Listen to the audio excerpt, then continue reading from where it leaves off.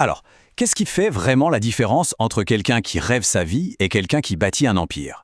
D'après Napoléon Hill et son livre iconique Réfléchissez et devenir riche, tout se résume à un seul mot, la méthode. Non, ce n'est pas de la magie, c'est un véritable plan d'architecte pour notre esprit. On va voir ensemble comment fonctionne cette incroyable machine à succès et tout par-delà. Cette phrase d'Emerson, c'est vraiment la pierre angulaire de toute la pensée de Hill. L'idée, elle est à la fois simple et un peu vertigineuse, non?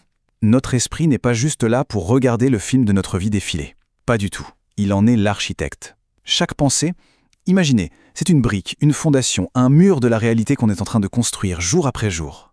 Alors, premier grand principe, et c'est peut-être le plus surprenant, la pensée devient réalité.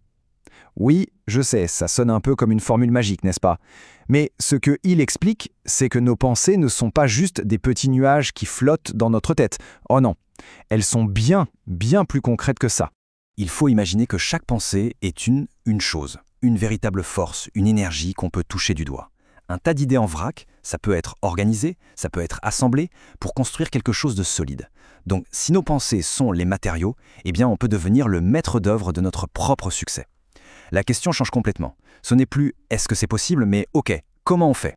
Bon, alors par où on commence? Comment on pose la toute première pierre de cet édifice? Pour Hill, le point de départ de tout, c'est le désir. Mais attention, il ne parle pas d'une petite envie comme ça qui passe en 5 minutes. Non, lui, il parle de ce qu'il appelle un désir ardent. Pour bien comprendre, c'est comme la différence entre regarder le décollage d'une fusée à la télé et être l'astronaute aux commandes. Ce n'est pas juste un souhait passif, c'est une obsession, une idée fixe qui vous prend aux tripes, une force qui vous pousse à agir et qui, littéralement, vous empêche de dormir la nuit. Et ce visuel, il résume tout. D'un côté, le simple souhait. C'est vague, c'est mou, il n'y a pas d'énergie. C'est le fameux « ah, ce serait bien d'avoir plus d'argent ». Et de l'autre, le désir ardent. Là, c'est précis, c'est obsessionnel, il y a un plan derrière, on sent la flamme. En fait, c'est toute la différence entre espérer quelque chose et décider de l'obtenir. On passe de « j'aimerais bien » à « je vais obtenir telle somme avant telle date en faisant ceci et cela ». C'est cette précision, cette netteté qui transforme un rêve en un véritable objectif. Ok, donc on a ce désir ardent, il est là, il brûle. Maintenant, il faut lui donner une forme, il faut tracer les plans.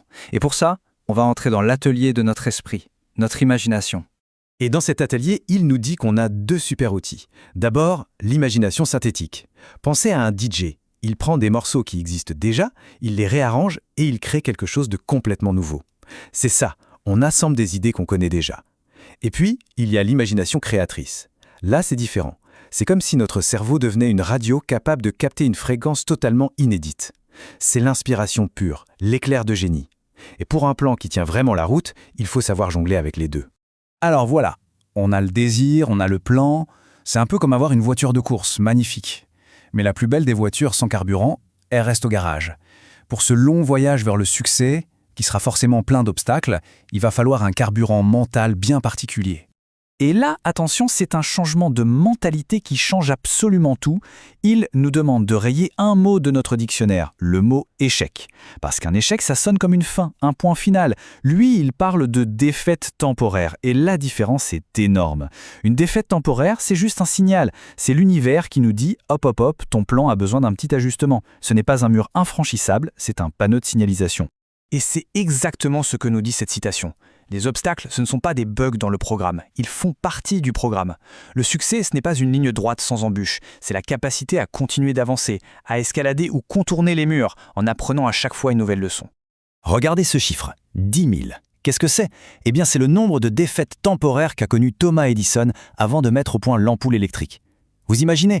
10 000 fois. Son plan n'a pas marché comme il le voulait. 10 000 ajustements. Si ça, ce n'est pas l'exemple même de la persévérance, je ne sais pas ce que c'est. Mais voilà, les obstacles ne sont pas toujours dehors, dans le monde réel. Très souvent, les pires saboteurs, ils sont juste là, dans notre tête. Il leur donne un nom, nos fantômes intérieurs. Et il en a identifié 6 principales. La peur de la pauvreté, la peur de la critique, la peur de la maladie, la peur de perdre un être cher, la peur de vieillir et la peur de la mort. Ces peurs, elles nous agrippent, elles nous freinent. Et le plus fou, c'est qu'elles n'existent que dans notre esprit. Mais leur pouvoir de nous paralyser, lui, il est bien réel. La toute première étape pour s'en défaire, c'est de les identifier, de les nommer. Mais alors, comment est-ce que ces peurs s'installent? Il est très clair là-dessus. Elles entrent par la porte de l'indécision. Chaque fois qu'on hésite, on crée une petite fissure. Et par cette fissure, le doute s'infiltre. Et le doute, c'est l'engrais préféré de la peur. Alors, l'antidote, c'est quoi? C'est la décision. Prendre une décision claire et nette, même si elle n'est pas parfaite, et s'y tenir. C'est le meilleur bouclier qui soit. Donc, si on récapitule, si on assemble toutes les pièces du puzzle, à quoi ressemble ce fameux plan de l'architecte? En fait, c'est assez simple. 4 étapes. 1. Le désir. Un désir ardent, précis. 2. Le plan. On utilise notre imagination pour le dessiner. 3. La persévérance. On exécute le plan sans jamais baisser les bras face aux défaites temporaires. Et 4. La maîtrise de soi. On bat nos propres peurs pour protéger notre projet. Désir, plan, persévérance, maîtrise de soi. Voilà la méthode. Et on termine avec cette idée qui est vraiment le cœur du réacteur de ce livre. D'après Hill, l'unique chose sur laquelle on a un contrôle absolu dans cet univers, ce sont nos pensées. Alors si la pensée est la matière première de notre réalité, la seule question qui vaille vraiment la peine d'être posée, c'est qu'est-ce qu'on décide de construire avec ce pouvoir ?